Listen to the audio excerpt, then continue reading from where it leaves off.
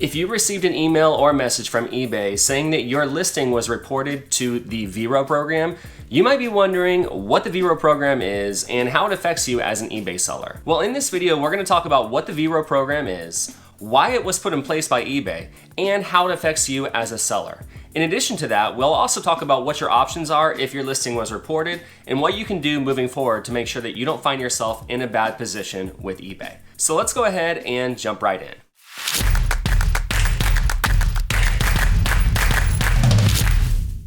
Alright, so Vero stands for Verified Rights Owner Program, and it's basically the program that eBay's legal department put into place to protect themselves so they don't get sued by any type of company or manufacturer of a product that's being sold on eBay. Since eBay is such a unique marketplace that allows anybody to be a seller and to sell anybody else's product, eBay really wants to make sure that they're protecting themselves so they're not sued by bigger corporations or companies. So anytime you as an eBay seller list something on eBay that violates a patent, a trademark, a copyright, any intellectual rights, what eBay will do is they'll go in and they'll remove your listing manually and they'll end it, and then they email you letting you know why that happened and what your options are moving forward. Now, when you get that email from eBay, make sure that you really read through it and read all of the fine print, because sometimes you're allowed to relist those items under certain terms and conditions, and other times you're not. And if you do list that item when eBay specifically told you not to relist it, you can find yourself in big trouble with eBay. So let's talk about first when you are allowed to relist an item on eBay after you've made a few changes. Most of those times are gonna be with like logo or brand name misuse. And what I mean by that is things like using stock photos when you're not supposed to.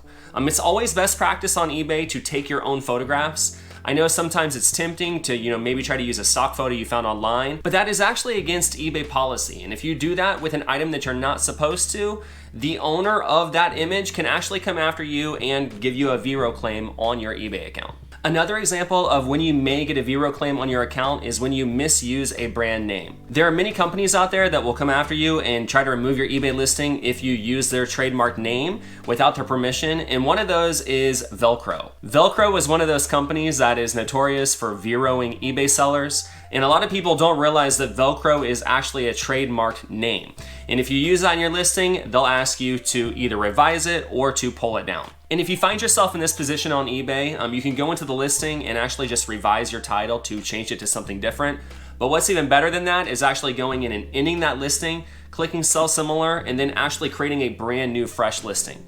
Because a lot of times when you get a Vero claim, the owner of that company or the owner of that claim is going to have a record of it, and if they see that you changed it, or even if you did change it the right way and they didn't like that, they can come in and pull down that listing anyways. So what I always encourage people to do is go ahead and end the old listing that had the Vero claim and then relist it where it's more compliant and not going to give you any troubles legally with eBay. Now, before I go any further, I just want to stop right now and reiterate that you should only revise listings that have Vero claims or, end the listing and sell similar on items that you're allowed to with your Vero claim.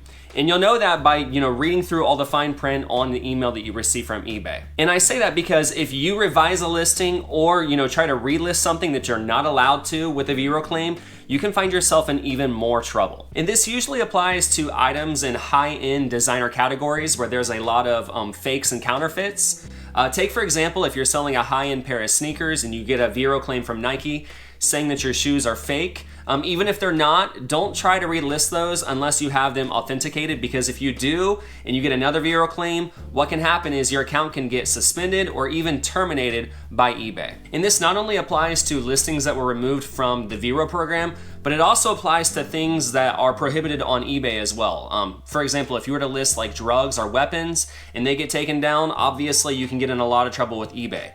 Or if you're listing things that, fall under like the medical device category, things that you need a medical prescription for, that type of thing is, prohibited on eBay. And if you're listing items that are prohibited, you're gonna get in a lot of trouble with eBay. So I would really encourage you to take the time and learn what is allowed to be sold on eBay and what is not allowed, because eBay takes this stuff very seriously. And guys, I am not exaggerating at all when I say eBay will come down on you hard if they give you that warning and you go ahead and relist something that you're not supposed to anyway.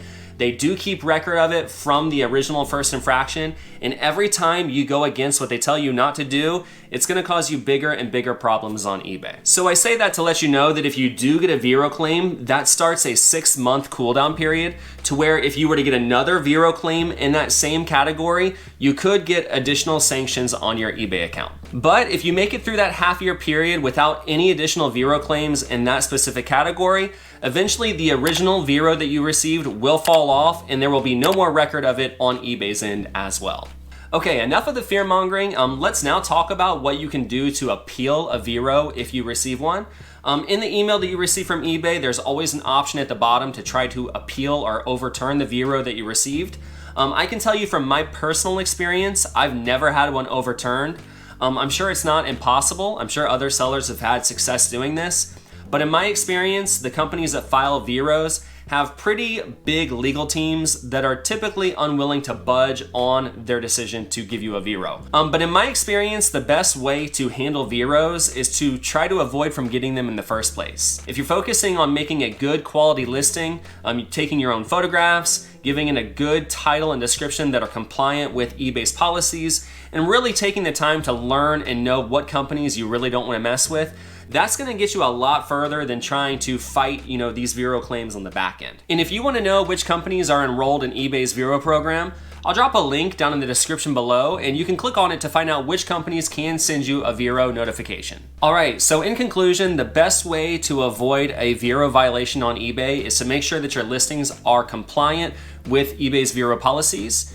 If you're taking the time to take good photographs, making sure that your titles and descriptions aren't conflicting with the eBay Vero rules and regulations, and making sure that you're using the eBay product catalog, you're gonna not really have many issues with Veros. Sure, Veros on eBay do happen from time to time. Even I get them occasionally on accident. But the big thing to remember is that if you do get a Vero on eBay and eBay asks you to revise or to fix your listing, that you don't ignore it and that you actually do take the time to fix your mistake. Or if eBay messages you and tells you that they ended your listing and that you're not allowed to relist it, whatever you do, do not list that item again, because if you do, you're gonna find yourself in big trouble with eBay. So there you have it, guys. Those were my tips. If you have anything that you need help with, or if you have any other questions, feel free to drop a comment down below, and I promise I'll try to do my best to get back to you. Thank you guys so much for your time and for watching this video. I hope that you learned something new, and good luck with your sales on eBay. Have a great day, and I'll catch you guys on the next video. Bye.